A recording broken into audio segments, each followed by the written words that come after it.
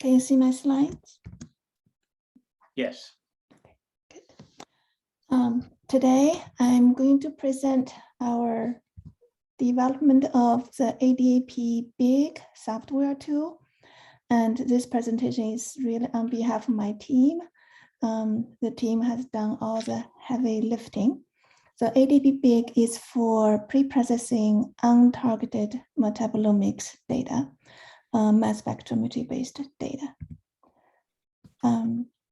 The team that I'm showing here have been critical for making ADAP Big possible. First and foremost, Alexander Smirnov, Alex, has engineered the entire design of ADAP Big. Our efforts started in 2019. At that time, Prashant joined the group and he connected various modules that we have developed originally for MZMine framework. We connected that into our own ADAP workflow. And in the meantime, Alex started developing the GUI. The GUI development is quite time consuming. And very quickly, we realized we need to optimize speed and memory in order to handle large scale studies. So Yunfei started looking into that to speed up our process. And in spring last year, 2021, and Joe started implementing newly developed workflows into Java and put them into the ADAP workflow. This new workflow was developed in close collaborations with Susan Sumner's team and UNC Chapel Hill and her staff scientists. This include Yuanyuan Li, Blake Rushing, and Susan McRitchie. So this has been the software in the making for about 3 years. And over the years, we have sought feedback from our close collaborators, Corey Brockling and Steve Barnes. They all provided very valuable feedback. So here I want to really thank everyone on the team. So we have heard quite a lot about untargeted metabolomics. And as Oliver pointed out earlier, untargeted metabolomics in comparison to targeted metabolomics is very important for hypothesis generation. This is because untargeted metabolomics tries to detect as many compounds as possible in one biological sample. And so this untargeted metabolomics has been made possible by very high-end instruments, especially in recent years. And this includes AMR, mass spectrometry, and chromatography. So ADAP Big was developed to pre-process LCMS metabolomics data and GCMS metabolomics data. And this data could have been produced from small scale studies where maybe just a few dozen samples are involved, or medium scale studies where a few hundred samples are involved, or even very large scale studies where, especially for those epi studies, thousands of samples are involved. Okay, so regardless of the scale of the studies, and experimental design is very, very important for the eventual success of the study. And this paper from Broadhurst, published in 2018, and systematically described the essential elements for rigorous experimental design for untargeted metabolomics. And in these elements, quality control samples are very, very important. And these samples could include blank samples, pooled QC samples, or standard reference materials. In many experimental designs, all of these quality control samples are used. So in the design of ADAP Big, especially in the new workflow we designed last year and the previous year, we try to take full advantage of these quality control samples. And so for any untargeted metabolomic studies, usually the informatics pipeline consists of these 4 modules. First, raw LCMS data or GCMS data is pre-processed. So here, data pre-processing means we try to extract signal information from the very noisy mass spec raw data. And this information include semi-quantitative information and also include mass spectra. And for GCMS data, we also have to do a spectral deconvolution step to purify the spectra before we could try to identify or annotate them. So after data preprocessing, the semi-quantitative information goes through statistical analysis or machine learning analysis to try to look for differences between different sample types. And after that, important signals are identified or annotated. So earlier, Gary Paddy introduced this confusing term sometimes, identification versus annotation. So with compounds either identified or annotated, we can try to integrate different pieces of information, other information, with our metabolomics information. And this is generally known as data harmonization, as well as pathway analysis. And so our ADAP-BIG is for this data preprocessing.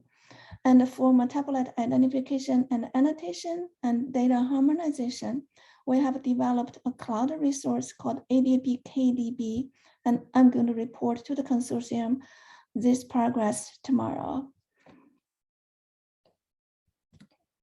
So as I briefly mentioned earlier, ADAP-BIG has been in the making for about 3 years. If we look at a little bit more in detail, we started in 2019. First, we integrate our original ADAP algorithm modules. Those were originally written in R. We connected those modules into a seamless ADAP-BIG workflow because MZMine, at that time, our ADAP-BIG modules were part of MZMine. MZMine was not designed at that time for handling big data. So we had to develop another framework specifically for handling big data. And also in the same year, 2019, we started developing the ADAP-BIG GUI after this EO1 was founded. And in 2020, we started developing a new workflow in Python to take full advantage of QC samples in the study design. And this was a close collaboration with Susan Sumner's team. And in the same year, the end of 2020, we released our first version of the ADAP GUI together with algorithm underneath it. And when in the same year, we also investigated the possibility of using a different data structure in order to have a better memory management and speed. So in last year, we implemented our newly developed workflow for handling big data into Java and put them into the ADAP-BIG framework, not the MZMine framework. We have been continuing maintaining our modules in MZMine and do plan to continue contributing to MZMine. And also in last year, we started developing the capabilities for handling MSMS from large-scale studies. This is important because for large-scale studies, there are many thousands or hundreds of MSMS, so we need to have dedicated capability to handle those. And also last year, we implemented a randomized PCA in Java so that we can handle studies where there are thousands of features. And feature is a confusing term sometimes to many people, and this refers to peaks or compounds.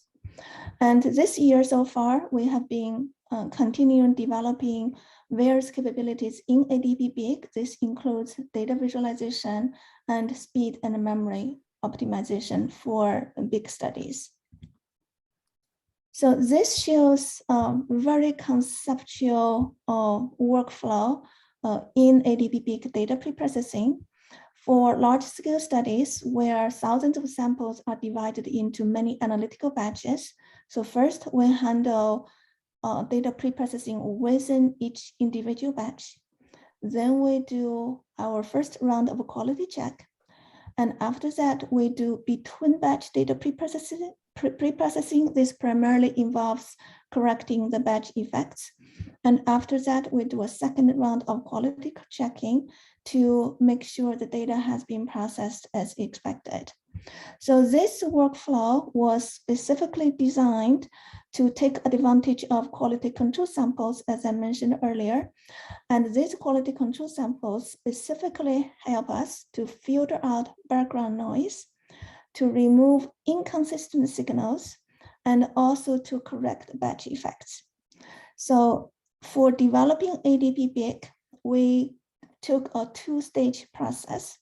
When new algorithms are needed, we develop in Python for quick prototyping. And after the prototype passes our evaluation, we re-implement into Java. This re-implementation also serves as a quality control within our group. So this shows the ADP-BIC, a few screenshots. And this ADP software is cross-platform. It can be deployed on Windows, Mac, or Linux type system. It's very graphical. So from the very beginning, data visualization is very important in our design. This is because mass spec data, as we know, especially for untargeted data, is quite complex, especially very, very noisy. So even though we could continuously improve algorithms to try to minimize human intervention, but so far we have found human eyes are still irreplaceable in many situations. So data visualization is very, very important for us. This includes visualizing the raw data, intermediate results, final results, and the capability to trace back from the final results all the way back to the raw data. And because handling large-scale studies is critical for ADP-BIC, so optimized speed and memory management is very, very important.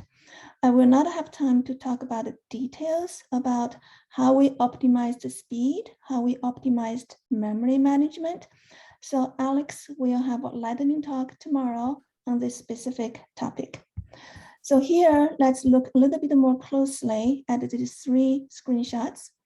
On the left is a landing page of ADP-BIC.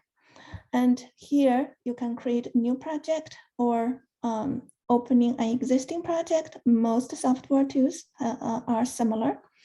And also we value feedbacks from users very dearly. So you can very easily provide your feedback.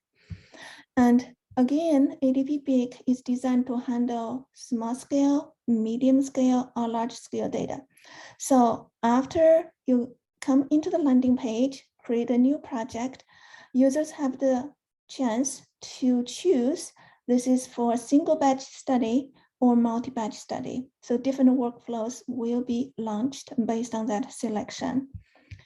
And on the right, I'm showing the different components in our GUI. And this shares similarities with many other graphical software tools. And in particular, I want to point out something that we pay particular attention to.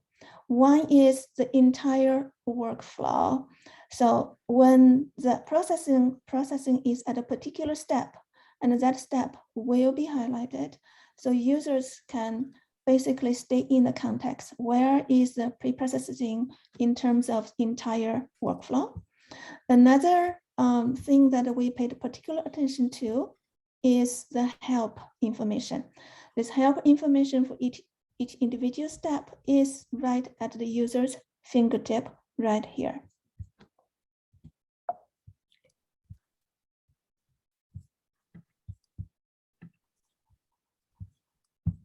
Is that moving?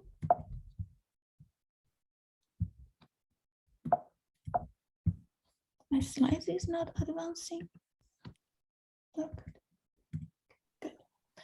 And so here I'm showing a few screenshots to show the capability within ADP-BIC to allow users to visualize and interact with the raw data. So here you can see we are in the input tab. We can see all the spectrum, the raw spectra, and the raw spectra, each spectrum is displayed here. In addition, we can easily see the base ion chromatogram, total ion chromatogram, as well as retention time versus mass map. So these three are basically built in, so users do not have to specifically instruct the software to give these three plots. And this, we see this as a good overview of the entire data. Of course, zoom in, zoom out of every plot is provided here. Okay. And for the intermediate results, ADP-Big also has detailed visualization capabilities to help users to interact with the data and also to carefully examine the data to see whether or not there are anything wrong. So here what I'm showing is the intermediate results after chromatogram construction. Here we can see a list of the chromatograms that have been constructed during the data preprocessing process, and each chromatogram could be examined here. And one particularly useful feature that I have found is this visualization. This is actually Alex designed, and I found it's extremely useful, even though I was not aware he even implemented this. So here we can see for this particular chromatogram, we can see the fluctuation of the MZ value for this chromatogram. Why this could be very useful? So if we zoom into this mass trace, so that some people call it mass trace, we can see how much fluctuation the MZ values are for this chromatogram. Sometimes we might see one single mass trace or chromatogram has been split into two or more. So that's a splitting issue. Or two or more mass traces have been merged into one. So no matter which situation occurs, our peak detection will suffer. The peaks that we detect either are wrong or the quantitation will be affected. And to correct this issue, we could go to the parameter page here and correct these parameters to address this issue. One particular example that we recently encountered is we found some of our compounds are not in the results that are expected, but are not in the results. So we gradually traced back until to data preprocessing, we found it's caused by a mass trace merging issue. And that merging issue is caused by a mass tolerance that's larger than it should be. So after that issue is identified, the parameters are reduced. Here, we finally reduced to a pretty small value, which is 0.001 Dalton, and that solved the issue beautifully. Okay.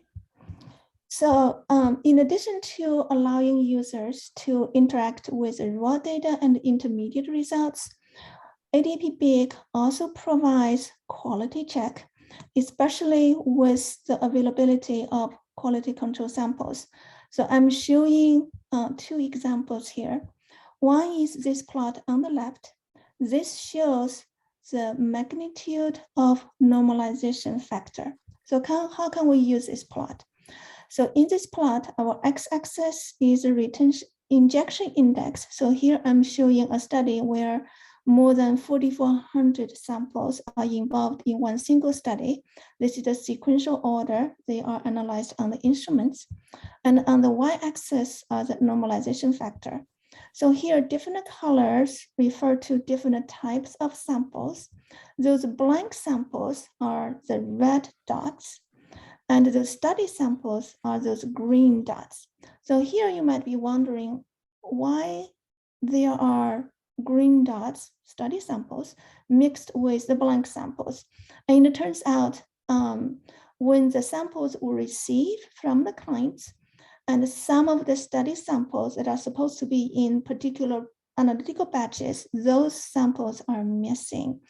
And so those samples were replaced with actually blank samples. So this makes perfect sense.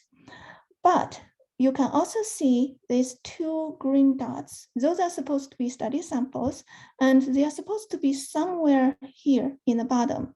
And it eventually turned out those two samples encountered some issues in either the sample preparation or sample delivery process. So this plot helped us to identify issues with the samples. Another example of the quality check is to use the PCA plots, the scores plot. And this 4 PCA plots shows the results after different steps in the data preprocessing. So this is after within batch alignment processing. This is after peak filtering. This is after normalization. And this is after re-normalization. And we use different types of quality control samples to evaluate the quality of data preprocessing. For example, these green dots in each of these 4 PCA plots refers to the blank samples. Again, we expect our blank samples to be all together. And this other, like this cyan dots, this red, this magenta, those are also quality control samples, and we expect them to be tightly clustered together. And so these PCA plots help us to, at a high level, to evaluate the data preprocessing results. Okay. So far we have been focusing on the semi-quantitative information in untargeted metabolomics. For eventually identifying or annotating the compounds, we of course need to have MS or even MS to the N.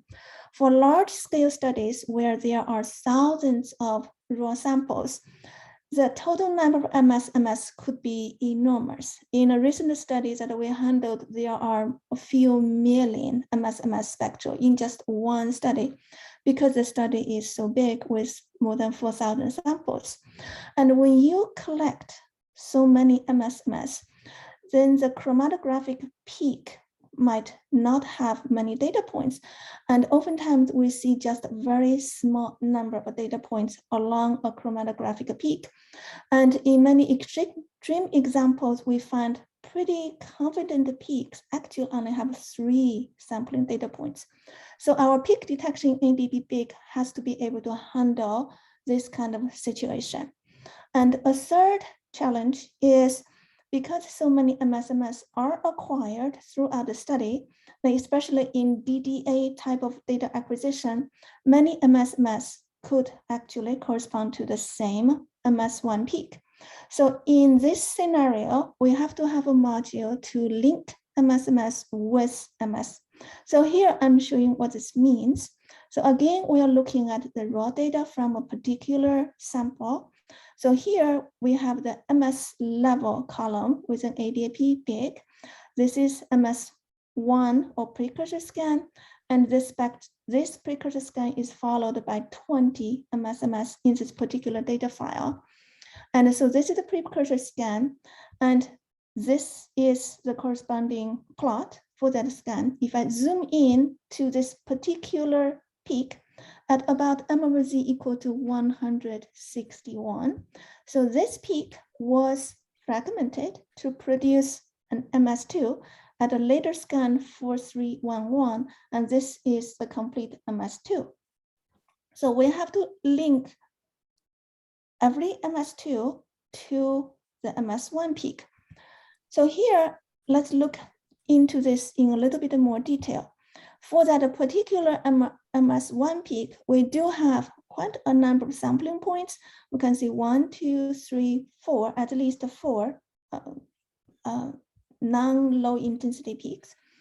And so these are 4 MS1 scans, and one particular MS2 scan was acquired at this time point. And precursor m/z is within a very low mass tolerance to the peak. So this scan MS2 is linked with MS1 peak. So this is just from one single sample. When we have thousands of samples, this particular peak, this turns out to be a pretty strong peak. So the intensity, the peak height actually is in the 20 million range. So this peak actually is also observed in many other samples. And because it's a large scale study, and was analyzed across months. So retention time shift is also non-trivial. Here I'm showing here. So this is retention time. This is peak intensity. So when so many samples are analyzed and many MS2 have been acquired for this peak, so we have to link all this MS to this MS1 peak. And sometimes this MS2 could be very, very similar. And in many cases, they are almost identical. But in many other cases, they are quite different. Sometimes it's very, very different. So we have to handle this scenario very carefully by clustering the spectra and also construct a consensus spectra or select the best representation and to the MS1 peak. So this is the linking process. So after the linking, and every MS1 peak, as long as it has MS2 that has been linked to it, we could search either in-house libraries or public spectral libraries to try to determine the identity of the compounds. So this is the final results after ADP-big pre-processing. This is actually done in the Python version. And of course, we have the production in Java version as well. So here in the final export, we see all the original experimental data. Every row is one peak. Here we can see the information after library matching for the library site information. And I want to specifically also point out this last piece of information that we have found useful. And this is why a particular peak could not be identified. There could be many reasons. And one of the reasons could be there's no MS in the experiment. We could not find a good quality MS. Or it could be this compound has no MS in the library based on the precursor, or it's in the library, but there's no corresponding MS compound in the library for the correct adduct. So all these different reasons could help users to really trace back to see why important compounds are not identified or quantified. So I hope this have given you a very brief glimpse of what ADP-big is and its capabilities. So where to get ADP-big? And ADP-big is open source and freely available. You can download it from GitHub. And this is the website for ADP-big. And we welcome you try it. And any feedback is, of course, appreciated from all of you. Thank you. Thank you, Zhusha. Question or two?